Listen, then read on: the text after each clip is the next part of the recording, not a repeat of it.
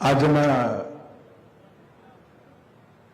સૌ વિદ્યાર્થીઓ માટે ગૌરવપૂર્ણ કાર્યક્રમમાં ઉપસ્થિત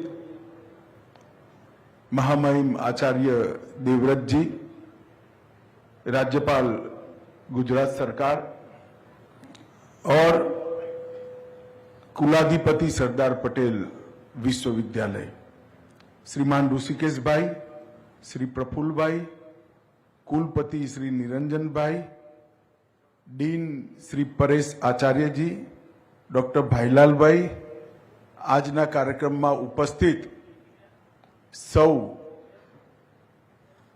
आणंद जिल्लाना आगेवानो, प्राध्यापकगण अने आजना कार्यक्रमना उत्सव मूर्ति समान जेमने आजे डिग्री प्रदान थवानी जे दीक्षांत थईने अहींथी बहार जवाना छे ए सौ विद्यार्थी भाईओ बहनोने नमस्कार, प्रणाम।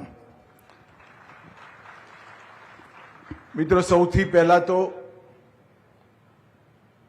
हूँ आ पवित्र भूमि ने नमन करीन प्रणाम करीन मारी वातनी शुरुआत करवा मांगू छूं। हूँ पहला गुजरातनी अंदर काम करतो तो, ज्यारे गुजरात में काम करतो तो स्वाभाविक रूपे गुजरात में जन्म्यो, गुजरात में मोटो थयो।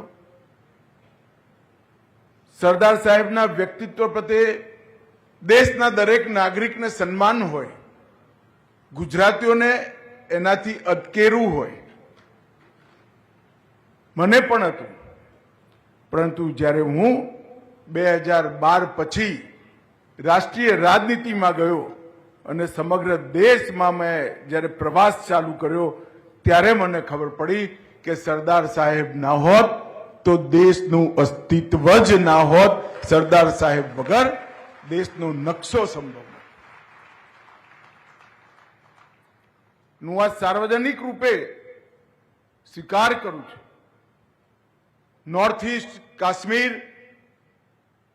हैदराबाद, जोधपुर आ बधी जग्याए गया पछी त्यानी जनताना मनमा सरदार साहेब माटेनो जे भाव मैं जोयो ए पछी सरदार साहेब माटेनु मारू मान अनेक घणुं वधी गयुं। आ भूमि ए सरदार पटेलनी जन्मभूमि, कर्मभूमि ने ज्यां आगर जेमने गुजरातना आम आदमीनो मिजाज केवो होय, गुजरातीनो मिजाज केवो होय, एना मूळ संस्कार मळ्या ए भूमि पर एमनी स्थापेली यूनिवर्सिटी में तमे सौ दीक्षित थईने गया जई रह्या छो। तमने तो एनो आनंद अने गौरव हशे, पण आजे तमने दीक्षांत कार्यक्रम में मने बोलाव्यो एनु पण मने खूब खूब गौरव अने आनंद छे। मित्रों, सरदार साहेबनुं योगदान आ देशने एकत्रित करवा माटे, पुनर्गठित करवा माटे एनी कोई डिग्री नक्की थई शके एवी नथी। अंग्रेजोए जता जता एक निर्णय कर्यो कि सैकड़ों रियासतोए, राजा रजवाड़ाओए स्वतंत्र रहेवुं होय तो ए खुला छे, पाकिस्तान जोड़े जवुं होय तो ए खुल्ली छूट अने भारत जोड़े जोड़ावुं होय तो एमने बधाने दुनियाभरने लागतुं हतुं कि देश विंखाई जशे, पींखाई जशे, परंतु एमने खबर नथी कि आ देशमां एक सरदार वल्लभभाई पटेल छे अने जोत जोतामां समग्र देशने एक करवानुं काम सरदार पटेले। विभाजननी विभीषिका, एनी तकलीफो, एनो त्रास जेने सहन कर्यो छे ए लोकोने मळो तमे तो सरदार पटेल कोण छे खबर पड़े। बांग्लादेश अने पाकिस्तान थी अरबो खरबो रुपयाना मालिक ज्यारे रोड पर आई गया, एक शरणार्थी बनी पोताना देश में ज आई गया, समग्र देश में इस शरणार्थीओनी चिंता अने सुरक्षानुं काम जो कोई सुपेरे पाड्युं होय तो सरदार वल्लभभाई पटेले पाड्युं। सवारे 3 वाग्याथी રાતના 12 વાગ્યા સુધી સતત એટલી ઉંમરમાં એક પછી એક રાજા રજવાડાઓનું રાજ્યોનું વિલીનીકરણ ભારતની અંદર કરવાનું કોઈએ કામ કર્યું હોય તો સરદાર વલ્લભભાઈ પટેલે કર્યું. અને વિદ્યાર્થીઓને કદાચ કાશ્મીર અને હૈદરાબાદનો પ્રોબ્લેમ માલુમ હશે, ખબર હશે તમને, પરંતુ જોધપુર, જુનાગઢ, હૈદરાબાદ અને લક્ષદ્વીપ આજે જો ભારતનો હિસ્સો હોય તો કેવળ ને કેવળ સરદાર વલ્લભભાઈ પટેલના કારણે એ ભારતનો હિસ્સો છે મિત્રો. અને 370મી કલમ જ્યારે મોદી સાહેબે નિર્ણય કર્યો કે 370મી કલમને હટાવવાની છે, એના ઐતિહાસિક પૃષ્ઠો અને ઐતિહાસિક દસ્તાવેજોનો જ્યારે મેં અભ્યાસ કર્યો ત્યારે ખબર પડી કે સરદાર સાહેબે કેટલી કસક સાથે, હૃદયમાં કેટલા દુઃખ સાથે 370મી કલમને સ્વીકારી હતી. અને જ્યારે નરેન્દ્રભાઈએ 370મી કલમને સમાપ્ત કરી નાખી, એક ગુજરાતી નરેન્દ્ર મોદીએ સરદાર સાહેબની કલ્પના પૂરી કરવાનું કામ કર્યું. આજ દુઃખની વાત છે, આઝાદી પછી અનેક વર્ષો સુધી સરદાર સાહેબના જીવનને, એમને કરેલા કામોને, જે પ્રકારનું માન, સન્માન, યશ, પ્રતિષ્ઠા મળવી જોઈતી હતી, ના મળી.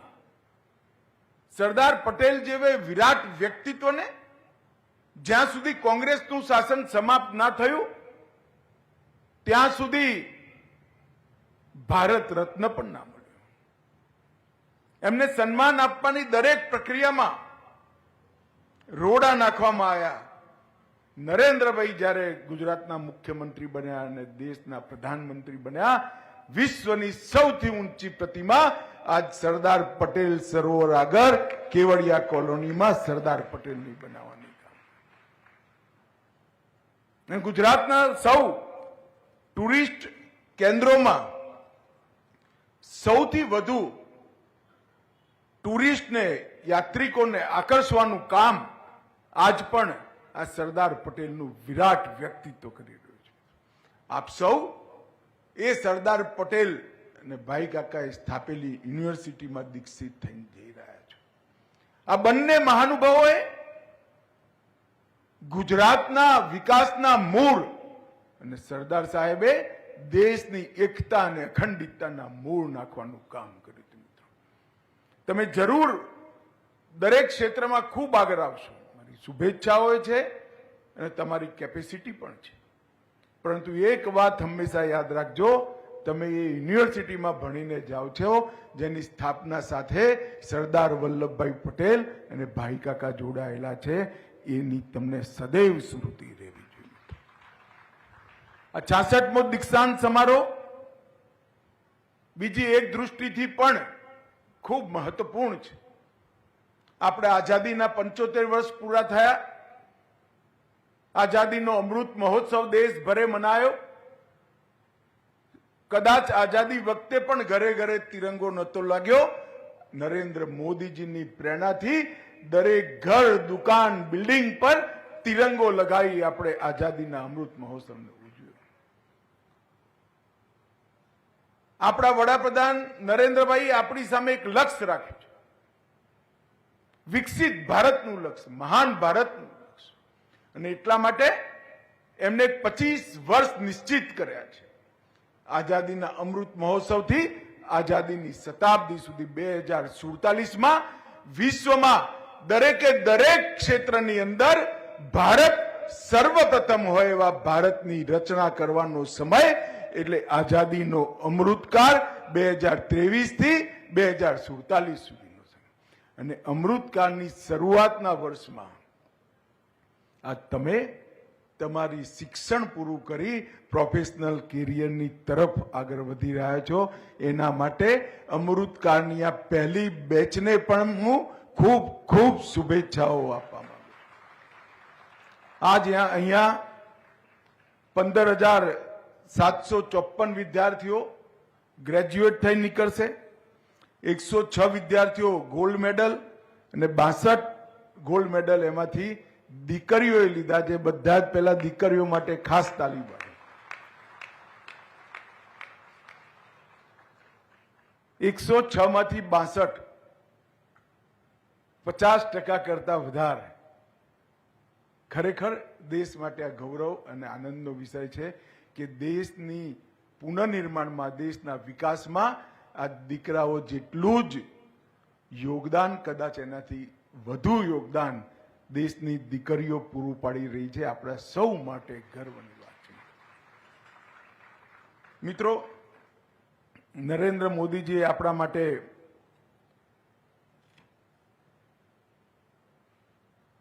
અમૃત કાલમાં અમૃત સંકલ્પ લેવાનું એક આહવાન કર્યું છે. હું આજે અહીંયાથી ગ્રેજ્યુએટ થઈને જવાવાળા દરેક વિદ્યાર્થીને કહેવા માંગુ છું કે જીવનમાં એક નાનકડો સંકલ્પ તમે જરૂર લઈને, આજે બને તો આજે જ અહીંથી સંકલ્પ લઈને જજો. સંકલ્પ એ પોતાના વ્યક્તિત્વને ઘડવા માટે હોય છે. તમે એક વાત નક્કી કરશો અને એ વાત પૂરી કરવાની આદત તમને પડશે તો જીવનના દરેક લક્ષ્ય પૂરા કરવાની આદત તમને પડશે અને તમારા જીવનને તમે આગળ. સંકલ્પ ભલે નાનામાં નાનો લો. કોઈ વિદ્યાર્થી ભલે નક્કી કરે કે મારી થાળીમાં હું જરા પણ એઠું નહીં છાડું અને થાળી સંપૂર્ણ પૂરી કરીને જઈશ. કોઈ એ કે રૂમમાંથી બહાર નીકળતી વખતે હું પંખા લાઇટની સ્વિચો બંધ કરીને જઈશ. કોઈ ભલે સંકલ્પ લે મારા જીવનમાં હું ટ્રાફિકનો નિયમ નહીં તોડું.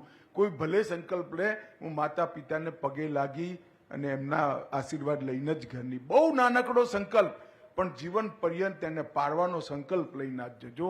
હું તમને કહું છું કે દેશના 130 કરોડ લોકોના નાના નાના સંકલ્પનો સરવાળો એ જ મહાન ભારતની રચના કરવા માટે પૂરો. 130 કરોડ લોકો અગર એક કદમ સાથે એક દિશામાં ચાલી જાય તો દેશ 130 કરોડ કદમ આગળ ચાલે. એ બળનો તમને ખ્યાલ હોવો જોઈએ, સંકલ્પનો તમને ખ્યાલ હોવો જોઈએ. મિત્રો, આજ નરેન્દ્રભાઈએ ખૂબ નવી નવી ક્ષિતિજો દેશના યુવાઓ માટે ખોલી છે. રાષ્ટ્રીય શિક્ષા નીતિ 2020 એને અનેક ક્ષિતિજોને તમારા માટે ખોલવામાં કામ કર્યું છે. હું આજ તમને સૌને કહેવા આવ્યો છું, મિત્રો, લક્ષ્ય નક્કી કરતી વખતે એટલું જાણજો કે સંભવ શક્યતાની સીમા જાણવી હોય તો અશક્ય લક્ષ્ય રાખવું પડે, તો જ શક્યતાની સીમાને તમે જાણી શકો. લક્ષ્ય નીચું ના રાખતા.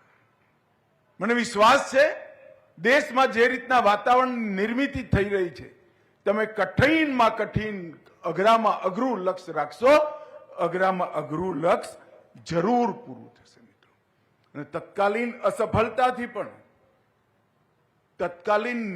અસફળતાથી નિરાશ ના થતા. દરેક સફળતાની શરૂઆત અસફળતાથી જ થતી હોય છે. અસફળતા પાર કર્યા વગર કોઈને જીવનમાં સફળતા નથી મળતી હોતી. અસફળતાને કૂદીને જવાવાળા જ જીવનમાં કંઈક પ્રાપ્ત કરી શકતા હોય. મિત્રો, નરેન્દ્રભાઈએ 2047ના વિકસિત ભારતની કલ્પના કરી છે. અને વિકસિત ભારતને આપણે જમીન પર ઉતારવું હોય તો વોઇસ ઓફ યુથ એને સાંભળવો પડે, ચોઇસ ઓફ યુથને સમજવી પડે, એસ્પિરેશન ઓફ યુથને કાર્ય યોજના આપવી પડે અને પાવર ઓફ યુથ પર વિશ્વાસ રાખવો પડે. વોઇસ ઓફ યુથને સાંભળવાની, ચોઇસ ઓફ યુથને સમજવાની, એસ્પિરેશન ઓફ યુથને એક પ્લેટફોર્મ આપવાની અને પાવર ઓફ યુથ પર વિશ્વાસ કરવાની નીતિ જ નરેન્દ્ર મોદી સરકારની છે. ભવિષ્યનું ભારતની ઘડતર કેવળ ને કેવળ યુવાનો કરી શકે એ વિશ્વાસ સાથે નરેન્દ્રભાઈએ કેટલીય યોજનાઓ આજ જમીન પર ઉતારી છે. મિત્રો, નવી શિક્ષા નીતિ એને ધ્યાનથી તમે સમજશો તો સરદાર પટેલની રાષ્ટ્રવાદી શિક્ષા, ગાંધીજીની માતૃભાષામાં શિક્ષા, આંબેડકરનું એમ્પાવરિંગ કરવાવાળી શિક્ષા અને અરવિંદોનું જ્ઞાનનું શિક્ષણ, આ બધું જ એક જ શિક્ષા નીતિમાં હોલિસ્ટિક એપ્રોચ સાથે મૂકવાનું કામ આપણા નેતા અને વડાપ્રધાન નરેન્દ્રભાઈએ કર્યું છે. આજની શિક્ષા નીતિમાં ટેકનિક સાથે તમે ઇકોનોમિક્સનો પણ અભ્યાસ કરી શકો, મેડિકલની સાથે એથિક્સનો પણ અભ્યાસ કરી શકો છો, કોમર્સની સાથે કલાનો પણ અભ્યાસ કરી શકો છો અને એક હ્યુમન ટચની ફિલિંગ, હોલિસ્ટિક ડેવલપમેન્ટનો અનુભવ પણ કરી શકો છો. અને મિત્રો, ભારતીય ભાષામાં શિક્ષા, આજે એન્જિનિયરિંગ અને મેડિકલની કોલેજ ભારતીય ભાષાઓમાં એનો અભ્યાસક્રમ બન્યો છે. એનું પોઝિટિવ આઉટકમ આવનારા દિવસોમાં નિશ્ચિત રૂપથી મળવાનું છે. મિત્રો, નરેન્દ્રભાઈએ અનેક પ્રકારના નવા શિક્ષા સંસ્થાનો ખોલવાની હારમાળા સર્જી છે. પહેલા 50 કેન્દ્રીય યુનિવર્સિટીઓ હતી, હવે 56 છે. ઉચ્ચ શિક્ષા સંસ્થાન 51,000 હતા, હવે 58,000 છે. રાષ્ટ્રીય મહત્વના સંસ્થાન 75 હતા, હવે 165 છે. સ્ટેટ પબ્લિક યુનિવર્સિટી 316 હતી, એની જગ્યાએ 480 છે. ટેકનિકલ યુનિવર્સિટી 90 હતી, એની જગ્યાએ 190 છે. કોલેજોની સંખ્યા 43,000 સુધી પહોંચી છે અને અનેક પ્રકારના નવા કોર્સો શરૂ કરવાનું કામ નરેન્દ્ર મોદી સરકારે કર્યું છે. સ્કિલિંગ માટે સ્કિલિંગ, અપસ્કિલિંગ અને રીસ્કિલિંગ એના પણ ખૂબ મોટા આંદોલન કક્ષાના અભ્યાસક્રમો ચાલુ કર્યા. આઈટીઆઈઝમાં 4,000 નવી સીટ બનાવી, 11 નવી આઈટીઆઈ ખોલી અને આજે એ બધાનું જ પરિણામ જોઈએ તો 400 સ્ટાર્ટઅપથી 2014માં શરૂઆત કરી હતી. 2014માં ભારતના યુવાનોના ખાલી 400 સ્ટાર્ટઅપ હતા. આજે દુનિયાની સ્ટાર્ટઅપ ક્લબમાં આપણે 400થી વધી 2 લાખથી વધારે સ્ટાર્ટઅપ ભારતના યુવાનોના રજીસ્ટર. યુનિકોર્ન સ્ટાર્ટઅપ 4 જ હતા 2014માં. આજે 111 ઇન્ડિયન યુનિકોર્ન સ્ટાર્ટઅપ યુનિકોર્ન ક્લબમાં છે અને આ બધામાં ફરી એકવાર હું કહેવા માંગુ છું, આ બધામાં જ 44% યોગદાન દીકરીઓનું યોગદાન છે, મહિલાઓનું યોગદાન છે. અને ટાયર 2 અને ટાયર 3 સિટીમાં 50%થી વધુ સ્ટાર્ટઅપ છે. નરેન્દ્રભાઈએ મેક ઇન ઇન્ડિયાનો નારો આપી, પીએલઆઈ યોજના લાવી, આજે દુનિયાભરમાં ભારતને ઉત્પાદનનું કેન્દ્ર બનાવ્યું છે અને એફડીઆઈમાં લગભગ ખૂબ મોટી વૃદ્ધિ કરવાનું કામ નરેન્દ્ર મોદીજીએ કર્યું છે. ગ્રીન હાઇડ્રોજન હોય, ઇલેક્ટ્રિક વેહિકલ હોય, અંતરિક્ષ હોય, ડિફેન્સના મેન્યુફેક્ચરિંગનો વાત હોય, ડ્રોનની વાત હોય, આ બધી જ પોલિસીઓ આજના યુવાઓ માટે ભવિષ્ય આપવા માટે ઘડવાનું કામ કર્યું. Advance chemistry, cell battery, electric પ્રૌદ્યોગિકી ઉત્પાદન, ઓટોમોબાઈલ અને મોબાઈલ પાર્ટ્સ અને પીવી મોડ્યુલ અને વ્હાઇટ્સ ગુડ, એની પીએલઆઈ નીતિ આજે લાયા છે. અનેક પ્રકારની નીતિઓ બનાવવાનું કામ નરેન્દ્ર મોદી સરકારે કર્યું છે. મિત્રો, ગુજરાત સરકાર પણ વાઇબ્રન્ટ ગુજરાતના હવે 20 વર્ષ પૂરા થશે. આ 20 વર્ષમાં ગુજરાત ઔદ્યોગિક ઊંચાઈઓની તરફ અકલ્પનીય રીતે આગળ વધ્યું છે. અનેક લોકો કહેતા હોય છે ગુજરાતમાં પહેલેથી ઇન્ડસ્ટ્રીયલ ડેવલપમેન્ટ હતું, પણ એ વખતનું ઇન્ડસ્ટ્રીયલ ડેવલપમેન્ટ અને આજના ઇન્ડસ્ટ્રીયલ ડેવલપમેન્ટમાં આસમાન જમીનનો ફરક છે. આજ કેટલાય ક્ષેત્રોમાં ગુજરાતમાં પાયોનિયર ઇન્ડસ્ટ્રી નાખવાનું કામ નરેન્દ્ર મોદીજીના નેતૃત્વમાં 2001થી 2023 સુધી થયું અને હવે ભૂપેન્દ્રભાઈ હવે એના આગળ વધી રહ્યા છે. મિત્રો, આજે આપ સૌ અહીંથી ડિગ્રી લઈને જાઓ છો ત્યારે આવનારા જીવનમાં ફરી એકવાર હું આગ્રહથી કહેવા માંગુ છું, એક લક્ષ્ય જરૂર નક્કી કરજો અને લક્ષ્ય કરતી વખતે લક્ષ્ય નીચું રાખવાની ભૂલ ના કરતા લક્ષ્ય કઠિનમાં કઠિન તય કરજો. નિશ્ચિત તમને એની સફળતા મળવાની છે અને અમૃત કાળમાં દેશના વિકાસમાં યોગદાન આપવા માટે એક સંકલ્પ પર જરૂર રહેજો.